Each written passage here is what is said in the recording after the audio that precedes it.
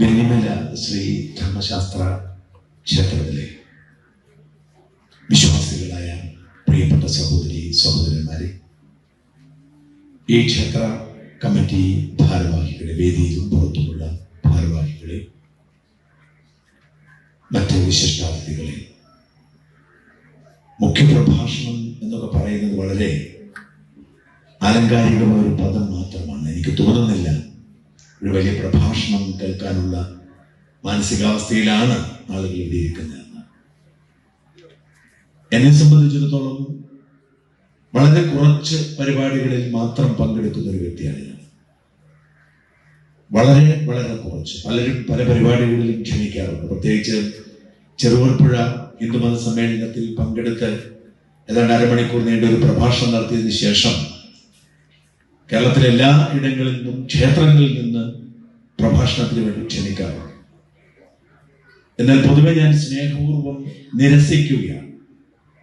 അതിന് 2-3 കാരണങ്ങളുണ്ട്. ഒന്ന്, ഞാൻ അടിസ്ഥാനപരമായി ഒരു പ്രഭാഷകനല്ല. എൻ്റെ തൊഴിൽ പത്രപ്രവർത്തനമാണ്.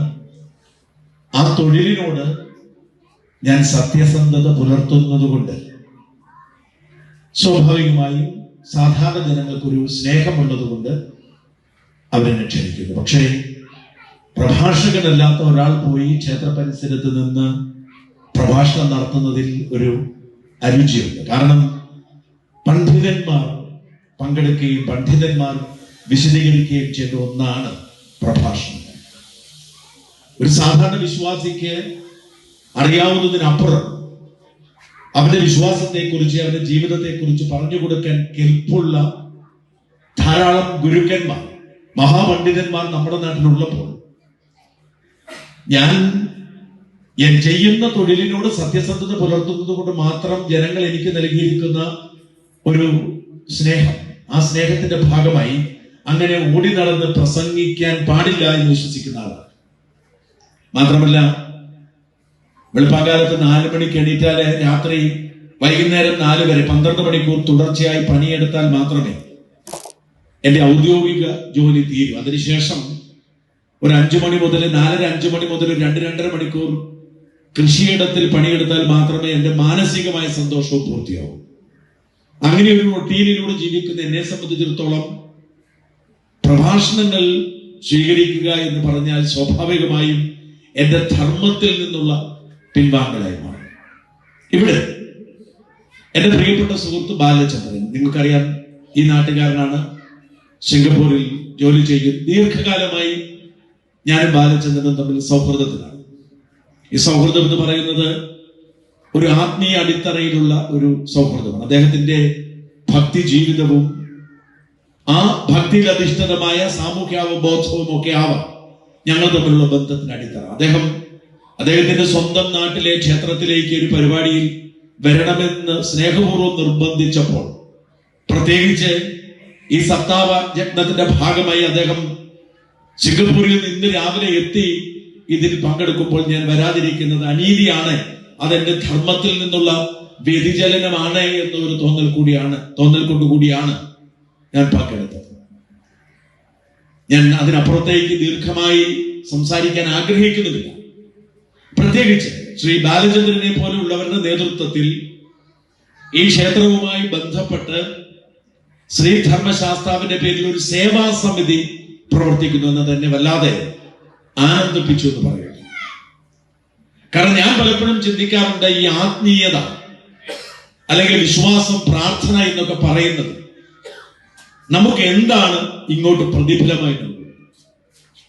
നമ്മൾ ഈശ്വര സന്നിധിയിൽ പോയി കണ്ണടച്ച് പ്രാർത്ഥിക്കുമ്പോൾ എന്റെ സങ്കടങ്ങളും വേദനകളും ഞാൻ ഭഗവാന്റെ മുൻപിലേക്ക് അങ്ങ് ഇട്ടുകൊടുക്കുമ്പോൾ ഭഗവാൻ എന്നെ ശക്തിപ്പെടുത്തുന്നു, കരുത്ത് നൽകുന്നു എന്ന സ്വാർത്ഥതയ്ക്കപ്പുറത്തേക്ക് ഈശ്വര വിശ്വാസം കൊണ്ട്, ഭഗവത് ദർശനം കൊണ്ട്, ആത്മീയ നിലപാട് കൊണ്ട് നമ്മൾ ഈ സമൂഹത്തിന് അല്ലെങ്കിൽ നമ്മൾ എന്ത് സംഭാവനയാണ് നൽകുന്നത്? നമ്മളെക്കാൾ ഈ സമൂഹത്തെ സ്നേഹിക്കുകയും സേവിക്കുകയും ചെയ്യുന്ന യുക്തിവാദികളുണ്ട്, ഈശ്വരനില്ല എന്ന് വിശ്വസിക്കുന്നവരുണ്ട്. അപ്പോൾ അവരും നമ്മളും തമ്മിലുള്ള വ്യത്യാസം എന്താണ്? ഇതൊരു വലിയ ചോദ്യമാണ്. ഞാൻ ഭഗവാന്റെ മുമ്പിൽ പോയി നിന്നുകൊണ്ട് എന്റെ സങ്കടങ്ങളും ദുഃഖങ്ങളും അവതരിപ്പിക്കുമ്പോൾ ഭഗവാനെ എനിക്ക് പിടിച്ചു നിൽക്കാൻ കഴിയുന്നില്ല, എനിക്ക് മുമ്പോട്ട് പോകാൻ കഴിയുന്നില്ല, എന്നെ സംരക്ഷിക്കണമേ എന്ന് പറയുമ്പോൾ, പ്രാർത്ഥിക്കുമ്പോൾ എനിക്ക് കിട്ടുന്ന മനക്കരുത്ത് അതെനിക്ക് മുമ്പോട്ട് പോകാനുള്ള ശക്തിയായി മാറുന്നെങ്കിൽ അതിലൊരു സ്വാർത്ഥതയുണ്ട്, ഇല്ലേ? ഞാൻ എനിക്ക് വേണ്ടി, എന്റെ ശക്തിക്ക് വേണ്ടി, എന്റെ ബലത്തിന് വേണ്ടി ഭഗവാന്റെ മുമ്പിൽ പോയി പ്രാർത്ഥിക്കുന്നത് മാത്രമാണോ ഭക്തി? തീർച്ചയായും, തീർച്ചയായും. ഈശ്വര വിശ്വാസത്തിന്റെ തേജസ് എന്ന് പറയുന്നത് ആരുമില്ല എന്ന് തോന്നുമ്പോൾ, ദുർബലരാകുമ്പോൾ എന്നോടൊപ്പം ഉണ്ട്, സത്യത്തെ മുറുകെ പിടിക്കാൻ, സമൂഹത്തെ സ്നേഹിക്കാൻ, സേവിക്കാൻ എനിക്ക് കരുത്തു നൽകുന്ന ഈശ്വരനുണ്ട്, ഭഗവാനുണ്ട് എന്ന് എനിക്കുണ്ടാകുന്ന ബോധ്യം, അത് തീർച്ചയായും ശരിയാണ്, അത് തന്നെയാണ് ശക്തി. പക്ഷേ അതിലെ സ്വാർത്ഥത, അത് നമ്മൾ തിരിക്കും. ഈ സ്വാർത്ഥത ഇല്ലാതാവുന്നത് ഞാൻ ഭഗവാന്റെ മുമ്പിൽ പോയി ശൂന്യനാകുമ്പോൾ, ഞാൻ ഒന്നുമല്ലാതായി തീരുമ്പോൾ, എന്റെ ഈ ജഡങ്ങൾ, എന്റെ ഈ സ്വപ്നങ്ങൾ, എന്റെ ഈ പ്രതാപങ്ങളൊക്കെ ഏതു നിമിഷവും ഞാൻ പോലും അറിയുന്നതിന് മുൻപ് ഇല്ലാതാകുന്നതാണ്. ഇല്ലാതായി കഴിഞ്ഞാൽ ഒന്നും എനിക്കില്ല എന്ന് തിരിച്ചറിയുന്ന പശ്ചാത്തലത്തിൽ എന്റെ ജീവിതത്തിന് അർത്ഥമുണ്ടാക്കുന്നത്, എന്റെ സ്വപ്നങ്ങൾക്ക് ലക്ഷ്യമുണ്ടാക്കുന്നത് എനിക്ക് വേണ്ടി അല്ലാതെ ഞാൻ ഈ നാടിന് വേണ്ടി എന്തെങ്കിലുമൊക്കെ ചെയ്യുമ്പോൾ, അവിടെയാണ് നമ്മൾ ഹൈന്ദവ ധർമ്മത്തിലേക്ക് പോകേണ്ടത്. പലപ്പോഴും നമുക്കൊരു വേദങ്ങളെ കുറിച്ച് നിശ്ചയമില്ല. ഹൈന്ദവ മതം എന്നതിനപ്പുറത്തേക്ക് ഹൈന്ദവ സംസ്കാരമുണ്ട്, ഭാരതത്തിന്റെ ശ്രേഷ്ഠമായ സംസ്കാരം. അത് രൂപപ്പെട്ടിരിക്കുന്നത് മഹത്തായ വേദ പാരമ്പര്യത്തിൽ നിന്നാണ്. നമ്മൾ പഠിച്ചിട്ടുണ്ടാവും എത്ര വേദങ്ങളുണ്ടെന്ന്. അതിനപ്പുറത്തേക്ക് വേദത്തിന്റെ സന്ദേശം, വേദത്തിലെ ദൈവം, വേദത്തിലെ പ്രകൃതി, വേദത്തിലെ മനുഷ്യൻ, അത് നമ്മളെ രൂപപ്പെടുത്തുന്ന, നമ്മൾ ഒന്നുമല്ല എന്ന് പറയുന്ന ശൂന്യതയിലും ജീവിതത്തിന് പ്രതീക്ഷ നൽകുന്ന, കർമ്മമനുഷ്ഠിക്കാൻ നമ്മളെ പ്രാപ്തരാക്കുന്ന ഒരു സന്ദേശമുണ്ട്. അത് നമ്മളെ ബോധ്യപ്പെടുത്തുന്നിടത്താണ് നമ്മുടെ വിശ്വാസം പൂർണ്ണമാകുന്നത്, വ്യക്തമാകുന്നത്. ഞാൻ ആർക്ക് വേണ്ടിയാണ് ജീവിക്കുന്നത്? എനിക്ക് വേണ്ടിയാണോ? എന്റെ ഭാര്യയ്ക്കും മക്കൾക്കും വേണ്ടിയാണോ? അത് വേണം, തെറ്റൊന്നുമില്ല. ഞാൻ എനിക്ക് വേണ്ടി, എന്റെ ഭാര്യയ്ക്കും മക്കൾക്കും വേണ്ടി ജീവിക്കണം. ഒപ്പം നമ്മുടെ സംസ്കാരം നമ്മളെ പഠിപ്പിക്കുന്നു, ഒരു മനുഷ്യൻ അവന്റെ പരമാണുവിലേക്കുള്ള സഞ്ചാരത്തിൽ പല ജന്മങ്ങളിലൂടെ അവൻ മോക്ഷത്തിലേക്ക് സ്വപ്നം കണ്ട് സഞ്ചരിക്കുമ്പോൾ അവന് ചില ധർമ്മങ്ങളുണ്ട്, കർമ്മങ്ങളുണ്ട്. അതെന്താണ്? ആ ധർമ്മം എന്താണ്? ആ കർമ്മം എന്താണ്? ഞാൻ പലപ്പോഴും പറയും, നമ്മൾ എന്താണോ ആയിരിക്കുന്നത്, ആയിരിക്കേണ്ടത്, അതിൽ പൂർണ്ണമായും ആകുന്നിടത്താണ് നമ്മുടെ പ്രാഥമികമായ ധർമ്മം നമ്മൾ പൂർത്തിയാക്കുന്നത്. നിങ്ങൾ ഓരോരുത്തർക്കും ഓരോ ചുമതലയുണ്ട്. ചിലർക്ക് കുടുംബത്തെ നോക്കാനുള്ള ചുമതലയായിരിക്കും, അടുക്കളപ്പണി ചെയ്യാനുള്ള ചുമതലയായിരിക്കും, നാട് നന്നാക്കാനുള്ള ചുമതലയായിരിക്കും, പ്രാർത്ഥിക്കാനുള്ള ചുമതലയായിരിക്കും, പത്രപ്രവർത്തകനാവാം, റബ്ബർ വെട്ടുകാരനാവാം, മേസ്തിരിയാവാം, ഓട്ടോറിക്ഷക്കാരനാവാം, മന്ത്രിയാവാം. അങ്ങനെ ഓരോ കർമ്മങ്ങൾ നമുക്കുണ്ട്. ആ കർമ്മങ്ങൾ കാപട്യമില്ലാതെ, ആ കർമ്മങ്ങൾ ആഗ്രഹിക്കുന്ന സത്യസന്ധതയോടെ ചെയ്യുമ്പോൾ, അത് പൂർത്തിയാകുമ്പോഴാണ് നമ്മൾ യഥാർത്ഥ ഈശ്വര വിശ്വാസിയാവുന്നത്. അതുകൊണ്ട് ദൈവത്തെ കാണാൻ നമ്മൾ ഭഗവാന്റെ മുമ്പിൽ പോയാൽ മാത്രമല്ല, നമ്മുടെ ചുമതല, നമ്മുടെ കർമ്മം, നമ്മുടെ ധർമ്മം നമ്മൾ പൂർത്തിയാക്കുമ്പോൾ നമ്മൾ വേദങ്ങളോട്, നമ്മുടെ സംസ്കാരത്തോട് നീതി പുലർത്തുകയാണ്, നമ്മൾ സത്യം ചെയ്യുകയാണ്. അങ്ങനെയാണ് നമ്മൾ ദൈവത്തിലേക്ക് പോകുന്നത്. ഇവിടെയാണ് ചോദ്യം, നമ്മുടെ കർമ്മം, നമ്മുടെ ധർമ്മം നമ്മൾ സത്യസന്ധമായി നിർവഹിക്കുന്നു. പലരും എന്നോട് ചോദിക്കാറുണ്ട്, എങ്ങനെയാണ് ഇത്രയും വെല്ലുവിളികളെ നേരിടുന്നത്? എങ്ങനെയാണ് ഈ ഭരണകൂട ഭീകരതയ്ക്കെതിരെ ഇങ്ങനെ പേടിക്കാതെ യുദ്ധം ചെയ്ത് മുമ്പോട്ട് പോയിട്ട്? ഞാൻ പറയാറുണ്ട്, അതെന്റെ മിടുക്കല്ല, എന്നെ ഏൽപ്പിച്ചിരിക്കുന്ന ഒരു ദൗത്യമുണ്ട്. ഓരോ മനുഷ്യനും ജനിക്കുമ്പോൾ തന്നെ ചില ഉത്തരവാദിത്തങ്ങൾ, ധർമ്മങ്ങളുണ്ട്. ചിലർക്ക് ഭരിക്കാനുള്ള ചുമതലയായിരിക്കും, ചിലർക്ക് കുടുംബം നടത്താനുള്ള ചുമതലയായിരിക്കും, ചിലർക്ക് അഴിമതിക്കെതിരെ ശബ്ദമുയർത്താനുള്ള ചുമതലയായിരിക്കും. ആ ചുമതല, ആ ധർമ്മം, ആ കർമ്മം കണ്ടെത്തി അത് സത്യസന്ധമായി നിറവേറ്റുമ്പോൾ, നിർവഹിക്കുമ്പോൾ അതിന്റെ സ്വാഭാവികമായും അതിന്റെ വെല്ലുവിളികളും നേരിടേണ്ടി വരും. എന്റെ ജന്മം കൊണ്ട് ദൈവം നിശ്ചയിച്ചിരിക്കുന്ന ചുമതല ഞാൻ തിരിച്ചറിയുന്നിടത്താണ് ആദ്യത്തെ എന്റെ വിജയം. നമ്മുടെ ഓരോരുത്തരുടെ വിജയം. ഓരോരുത്തർക്കും ഓരോ കടമയുണ്ട്. വിദ്യാർത്ഥികളോട് ഞാൻ പറയും, നിങ്ങളുടെ ഇപ്പോഴത്തെ കടമ പഠിക്കുകയാണ്. ഓരോരുത്തർക്കും ഓരോ ചുമതലയുണ്ട്. ആ ചുമതല നമ്മൾ കണ്ടെത്തുകയും അതിനോട് സത്യസന്ധത പുലർത്തുകയും ചെയ്യുമ്പോൾ സ്വാഭാവികമായും ഭഗവാൻ നമുക്ക് അത് ഭംഗിയായി ചെയ്യാനുള്ള കരുത്തും ശക്തിയും നമ്മൾ ഭയക്കുകയില്ല. അത് സത്യസന്ധമായി ചെയ്താൽ ഭയക്കുകയില്ല. ഭയക്കുന്നത് എവിടെയാണെന്നറിയാമോ? നമ്മൾ ചെയ്യുന്ന കർമ്മത്തിൽ നമുക്ക് സത്യബോധം നഷ്ടപ്പെടും. ഞാൻ പറയും, എന്നെ പോലീസ് വേട്ടയാടാൻ ഇറങ്ങിയപ്പോ 123 കേസ് നടത്തുന്ന ആളാണ് ഞാനിപ്പോൾ. ഈ കഴിഞ്ഞ കുറെ കാലത്തിന്റെ 123 കേസ് തുടർച്ചയായി എനിക്കെതിരെ സർക്കാരും പോലീസും കേസുകൾ എടുക്കുമ്പോ എനിക്ക് ഉറപ്പുണ്ടായിരുന്ന ഒന്നുണ്ട്. ധർമ്മത്തിൽ വിശ്വസിക്കുന്നത് കൊണ്ട് ആ ധർമ്മം പുലരാൻ ആഗ്രഹിക്കുന്ന മനുഷ്യർ മുഴുവൻ ലോകത്ത് എവിടെയാണെങ്കിലും അവർ എനിക്ക് വേണ്ടി പ്രാർത്ഥിക്കും. ആയിരക്കണക്കിന് കണ്ടങ്ങളിൽ നിന്ന് ഉയരുന്ന പ്രാർത്ഥന ദൈവത്തിന് കേൾക്കാതിരിക്കാൻ കഴിയില്ല. എനിക്കറിയാം. ഞാൻ അതിനുശേഷം നമ്മുടെ ആറ്റുകാൽ ക്ഷേത്രത്തിലേക്ക് പോയി. ആറ്റുകാൽ ക്ഷേത്രം സന്ദർശിക്കുമ്പോൾ അവിടുത്തെ പൂജാരി എന്നോട് പറഞ്ഞൊരു കാര്യമുണ്ട്. ആ സംഭവങ്ങൾ ഞാൻ സർക്കാരിനെ എപ്പോഴും തൊഴിൽ പോയിരുന്ന ദിവസങ്ങളിൽ എല്ലാ ദിവസവും അനേകം പേർ വന്ന് വഴിപാട് നടത്തുമായിരുന്നു. അവർക്കൊക്കെ എങ്ങനെയാണ് എന്റെ നാള് കിട്ടിയതെന്നാണ് തിരുമേനിക്ക് സംശയം. എല്ലാവരും വന്ന് വഴിപാട് നടത്തുകയാണ്. എവിടെ ചെന്നാലും ഉണ്ടായിരുന്ന ഒരു വഴിപാടിന്റെ വെളിച്ചം. അത് അനുഭവിച്ച ആളാണ് ഞാൻ. പിന്നെ നമ്മൾ സത്യത്തിന് വേണ്ടി നിലപാടെടുക്കുമ്പോൾ എന്തെല്ലാം സംഭവിച്ചാലും അത് നമ്മളെ ആത്യന്തികമായി ഒരു കുഴപ്പത്തിലേക്കും ചാടിക്കില്ല എന്ന ആത്മവിശ്വാസം കൂടെ ഉണ്ടാകും. ഇതാണ് ഞാൻ പറഞ്ഞത്. കർമ്മം ചെയ്യുമ്പോ ഈശ്വരൻ നമ്മളെ സംരക്ഷിക്കും, പ്രകൃതി നമ്മളെ സംരക്ഷിക്കും. പ്രിയപ്പെട്ടവരെ, ഞാൻ ഈ പരിശുദ്ധമായ ക്ഷേത്ര സന്നിധിയിൽ ഈ മനോഹരമായ സായം സദ്യ ഞാൻ ആലോചിക്കുകയാണ്. ഞാൻ ഒരിക്കലും പ്രതീക്ഷിച്ചിരുന്നില്ല വൈകുന്നേരം എനിക്ക് ദീപാരാധന തൊഴാൻ കഴിയുമെന്ന്. ഞാൻ വന്നിറങ്ങുമ്പോൾ ദീപാരാധനയ്ക്ക് നട തുറക്കുകയാണ്. അതും ഭഗവാൻ അയ്യപ്പന്റെ സന്നിധിയിൽ പോയി പ്രാർത്ഥിക്കുക. ഞാൻ അയ്യപ്പന്റെ വാസസ്ഥലത്തുനിന്ന് 10-30 കിലോമീറ്റർ മാത്രം അപ്പുറം ജനിച്ചു വളർന്ന ആളാണ്. എപ്പോഴും ഞാൻ പറയാം, ശബരിമല യുവതീ പ്രവേശന വിഷയം ഉണ്ടായപ്പോൾ, ഭരണഘടനയുടെ വിഷയവുമായി ചിലർ വന്നപ്പോൾ ഒരു സംശയവും അക്കാര്യത്തിൽ എനിക്ക് ഇല്ലാതിരുന്നത് അയ്യപ്പന്റെ അയൽപ്പക്കാരനായിരുന്നു. ഓർക്കണം, അന്ന് ശബരിമല യുവതീ പ്രവേശന വിഷയത്തിൽ ഒരു നിലപാടെടുക്കേണ്ടത് എന്താണ് എന്ന കാര്യത്തിൽ സംഘപരിവാറിന് വലിയ സംശയം ഉണ്ടായിരുന്നു തുടക്കത്തിൽ. ഞാൻ ഇപ്പോഴും ഓർക്കുന്നുണ്ട്, സുപ്രീം കോടതി വിധി വന്ന പിറ്റേ ദിവസം ജന്മഭൂമി ദിനപത്രത്തിൽ ആ വിധിയെ സ്വാഗതം ചെയ്യുന്ന വാർത്തയാണ്. പക്ഷേ ആ വിധി വരുന്നതിന് മുൻപും വിധി വന്ന അന്നും വിശ്വാസികളുടെ കാര്യത്തിൽ അഭിപ്രായം പറയേണ്ട കാര്യം കോടതികൾക്കില്ല എന്ന് നിലപാടെടുത്ത് വാർത്ത ചെയ്ത ആളാണ്. പിന്നീട് ഇത് കത്തിപ്പടരുന്നത് പന്തളം കൊട്ടാരം ഇതിനു വേണ്ടി രംഗത്ത് വന്നപ്പോഴാണ്. അത് റിപ്പോർട്ട് ചെയ്യാൻ ഞങ്ങളെ ഉണ്ടായിരുന്നു. പിന്നീടാണ് ഇവിടെ വലിയ മാറ്റങ്ങൾ. എന്തുകൊണ്ടാണെന്നറിയാമോ? ഓരോ ക്ഷേത്രത്തിനും ഓരോ വിശ്വാസത്തിനും ഓരോ നിഷ്ഠകളുണ്ട്. ആ നിഷ്ഠകളിലേക്ക് വിശ്വാസികളല്ലാതെ ആരും കടന്നു കയറേണ്ടില്ല. ക്ഷേത്രത്തിൽ തന്ത്രിയാണ് പരമാധികാരം.